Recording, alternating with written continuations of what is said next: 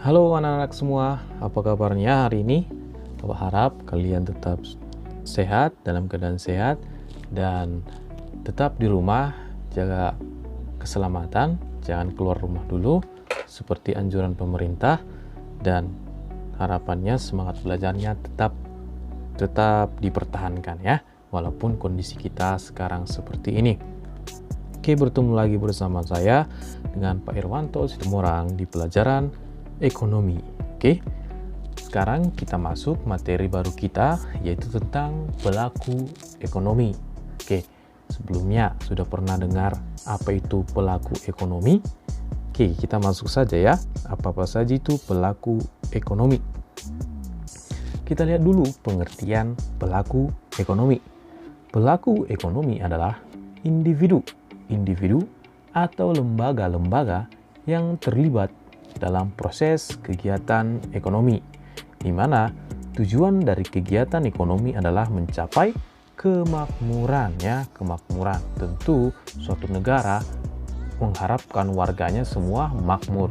Kalau warga negaranya makmur, tentu suatu negara itu akan menjadi negara maju.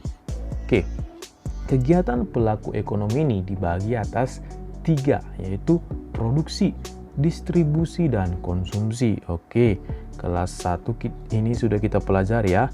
Apa itu produksi, apa itu distribusi, apa itu konsumsi. Coba diingat-ingat lagi apa kemarin pengertiannya. Produksi, distribusi, dan konsumsi. Oke.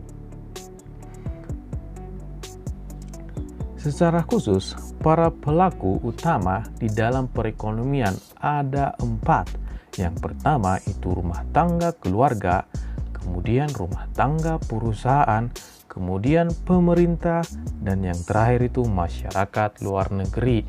Oke, untuk pelaku ekonomi ini, yang keempat ini akan kita bahas sampai habis ya. Tapi untuk pertemuan kali ini, kita bahas dulu hanya 2, yaitu rumah tangga keluarga atau disebut juga dengan rumah tangga konsumen, dan rumah tangga perusahaan atau disebut juga dengan rumah tangga produsen. Oke, ini dulu yang kita bahas ya, yang 2 ini. Untuk pertemuan selanjutnya kita akan bahas tentang pemerintah dan masyarakat luar negeri. Kita masuk saja, yang pertama itu rumah tangga keluarga atau disebut juga dengan rumah tangga konsumen. Pelaku ekonomi yang paling sederhana, jadi rumah tangga keluarga inilah pelaku ekonomi yang paling sederhana yang terdiri dari anggota keluarga, yaitu ayah, ibu, dan anak. Tujuannya adalah mencapai kebahagiaan dan kesejahteraan hidup. Tentu ya, semua keluarga ingin mencapai kebahagiaan dan kesejahteraan hidup. Kesejahteraan digambarkan dengan pemenuhan kebutuhan pokok atau kebutuhan sehari-hari. Jadi, kalau keluarga kalian sudah bisa memenuhi kebutuhan sehari-hari kalian, berarti kalian sudah dikatakan sejahtera. Oke, kita bahas lebih dalamnya. Rumah tangga keluarga dibedakan atas 3, berdasarkan yang pertama jumlah anggota keluarga, status ekonomi, dan tempat tinggal.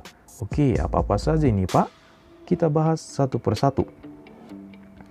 Yang pertama berdasarkan jumlah anggota keluarga, yaitu terbagi 2, yaitu rumah tangga kecil dan rumah tangga besar, di mana rumah tangga kecil adalah rumah tangga yang anggotanya kurang dari 5 orang, terdiri dari ayah, ibu, dan maksimal 3 orang. Jadi, menurut kalian rumah tangga kecil atau besar? Kita lihat dulu apa itu rumah tangga besar. Rumah tangga besar adalah rumah tangga yang anggotanya lebih dari 5 orang, terdiri atas ayah, ibu, kakek, nenek, paman, bibi, bolang, mama, dan lain sebagainya. Inilah dia rumah tangga berdasarkan jumlah anggota keluarga, ada kecil dan besar. Oke, kita masuk yang kedua, yaitu berdasarkan status ekonomi. Dibedakan atas 3, yaitu sejahtera, prasejahtera, sejahtera, dan kaya. Keluarga prasejahtera yaitu keluarga yang tidak bisa mencukupi kebutuhannya, seperti salah satunya itu kebutuhan untuk makan ya. Kemudian untuk kegiatan sehari-hari, itulah dikatakan keluarga prasejahtera. Kemudian yang kedua ada keluarga sejahtera, di mana keluarga yang sudah bisa mencukupi kebutuhan pokoknya, seperti yang Bapak katakan sebelumnya. Kemudian yang selanjutnya ada keluarga kaya, yaitu keluarga yang sudah bisa mencukupi kebutuhan pokok hingga kebutuhan tersier. Kebutuhan tersier yaitu disebut juga dengan kebutuhan mewah ya. Oke, ini dia berdasarkan status ekonomi. Kemudian yang terakhir yaitu berdasarkan tempat tinggal, ada dua, yaitu rumah tangga kota dan rumah tangga daerah atau disebut juga dengan pedesaan. Kita bahas yang pertama, rumah tangga kota adalah rumah tangga yang tinggal di kota, baik itu kota besar maupun kota kecil. Jadi yang kedua, rumah tangga daerah atau pedesaan merupakan rumah tangga yang hidup di daerah pedesaan. Oke, di sini apa sih Pak hubungan rumah tangga dengan kegiatan ekonomi? Dari tadi kita bahas jenis-jenis rumah tangga ya. Sekarang apa sih Pak hubungan rumah tangga itu terhadap kegiatan ekonomi? Jadi hubungannya yaitu di mana rumah tangga memiliki peran dalam mengonsumsi barang dan jasa yang dihasilkan oleh produsen atau perusahaan. Perusahaan ya. Ini nanti kita bahas yang kedua. Jadi di sini maksudnya kalau produsen memproduksi barang, menghasilkan barang, tentu yang mengkonsumsinya adalah rumah tangga keluarga. Tidak mungkin diproduksi barang tapi tidak ada yang mengkonsumsi atau yang menggunakan. Maka siapakah yang menggunakan? Yaitu rumah tangga keluarga. Bisa dipahami ya anak-anakku semua? Sekarang kita masuk yang kedua, yaitu rumah tangga perusahaan atau disebut juga dengan rumah tangga produsen. Apa pengertiannya? Yaitu organisasi usaha yang memiliki tujuan untuk menghasilkan barang dan jasa yang dibutuhkan konsumen. Berarti rumah tangga produsen lebih identik dengan memproduksi barang dan jasa ya. Perusahaan didirikan oleh lembaga yang memiliki faktor produksi yang disebut badan usaha. Kemarin, apa itu faktor-faktor produksi? Ada sumber daya alam, sumber daya manusia, modal, dan pengusaha. Kalian masih ingat ya? Sekarang di sini ada dua muncul ya, yaitu perusahaan dengan badan usaha. Apakah ini sama atau berbeda? Kita lihat perbedaannya ya. Perusahaan dengan badan usaha itu berbeda. Kita lihat perbedaan badan perusahaan dengan badan usaha. Kalau dilihat dari segi tujuannya, badan usaha itu tujuannya untuk mencari laba, sedangkan perusahaan tujuannya menghasilkan barang dan jasa. Kemudian dari segi fungsinya, badan usaha berfungsi mengurus segala kegiatan perusahaan, sedangkan perusahaan menjadi alat atau tempat badan usaha mencapai tujuan. Maksudnya, setiap apa yang disusun perusahaan, misalnya didirikan sebuah perusahaan, tentu ada tujuannya untuk mencari laba tadi.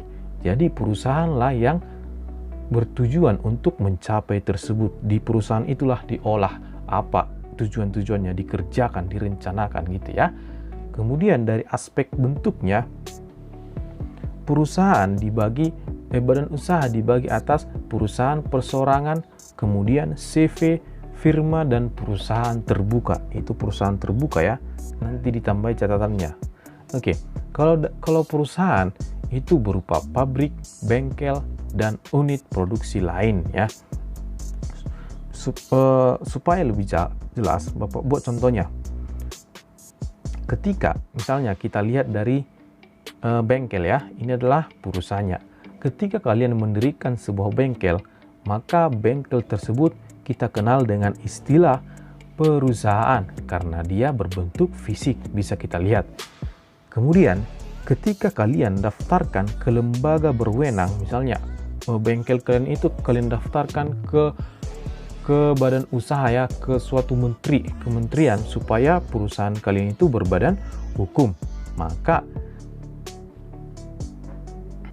Maka perusahaan kalian itu akan berbentuk badan usaha yang bersifat abstrak secara yuridis atau sudah berbadan hukum.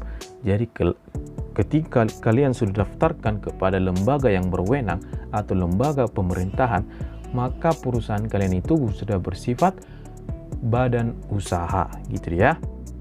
Sudah berbadan hukum dia. Jadi bengkel adalah perusahaannya dan perusahaan perseorangan itu merupakan badan usahanya. Jadi bisa dipahami ya apa maksud saya. Kalau perusahaan itu seperti bengkelnya, pabriknya, pembuatannya ya, bisa kita lihat. Tapi kalau badan usahanya itu bersifat abstrak, hanya sebuah surat pengakuan bahwa kita memiliki perusahaan. Itulah dikatakan badan usahanya yang mengurus setiap perusahaan kita itu. Bisa dipahami ya. Oke, sampai di sini pertemuan kita. Untuk selanjutnya kita akan bahas yaitu pemerintah dan masyarakat luar negeri. Bapak harap kalian bisa mengerti apa yang saya jelaskan tadi. Kalau ada yang kurang paham bisa ditanyakan kepada saya. Bapak berharap kalian mendapatkan sesuatu hal dari pembelajaran kita ini. Terima kasih.